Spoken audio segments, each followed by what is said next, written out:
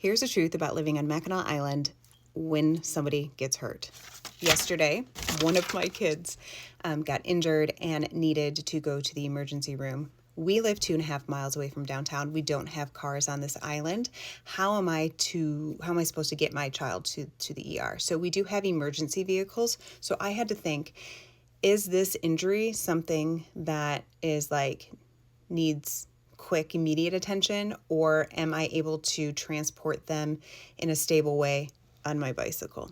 I chose not calling 911 to have an ambulance show up in my house, and I hooked up our big cart to the back of my bike, put a bunch of blankets in, put that child. Now, when I say child, I have 2 teenagers. My kids are 16 and 17. So that's a big child. I put the child in the cart covered in blankets because it's cold. I think the air temperature was 30 degrees yesterday. Bundled them up, stabilized the injury under the jacket, put all the things on, and I biked my large child 2.5 miles to the hospital. It is mostly downhill from where I live, so I was getting there, I know I can safely get this child to the ER. Get to the ER. The clinic is closed, so I had to go to the emergency department, which is open 24/7. There's a button you push, it calls 911, and then I tell them where I'm standing, and then they send down somebody to let me in. And that my child was able to get x-rayed and all taken care of. Then after that, I'm how am I going to get this child home, because I have a 2.5 mile bike ride uphill with a large human on the back of my bike.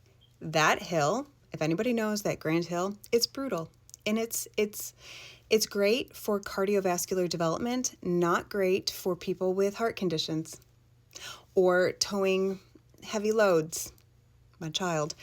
And so I was like, what do I do here? Do I see if I can get a police escort? Do I order a taxi, a horse-drawn taxi, which would be a 45-minute ride back to my house via horse? And then we'd have to wait until they could show up. They don't just immediately show up as soon as you call. Or what are my options? And the EMS driver was at the hospital. There were no calls, and he was willing to take my child home via ambulance, but not in the back, just kind of shotgun. Just went for a little drive back to our house, which I'm super grateful for, because I, in theory, would eventually have gotten my child home, but maybe I would have landed in the hospital after that because it was just not doable. And the way my child was injured, they were unable to ride their bike down, and now with care, stabilization, all the things, they should be good for school tomorrow to ride their bike, but it just wasn't doable yesterday. So that's probably something people don't think about, being year-round on Mackinac Island, things like that. How do you do things my kid is sick at school? My kids, they just have to bike home. If they throw up at school, okay, you're biking home. There isn't another option. And then smaller kids, parents have burleys, which are these things that attach to bikes where you put kids in, strap them in. A lot of people do that. A lot of people do that, what I did with my child with the bike cart.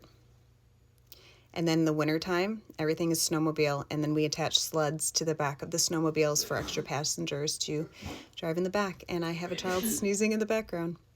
Great, amazing. But yeah, life in Mackinac Island is a beautiful adventure, and I'm thankful for the systems that we have in place. I'm thankful for our emergency department and our first responders and the community feel that we truly have here on the island.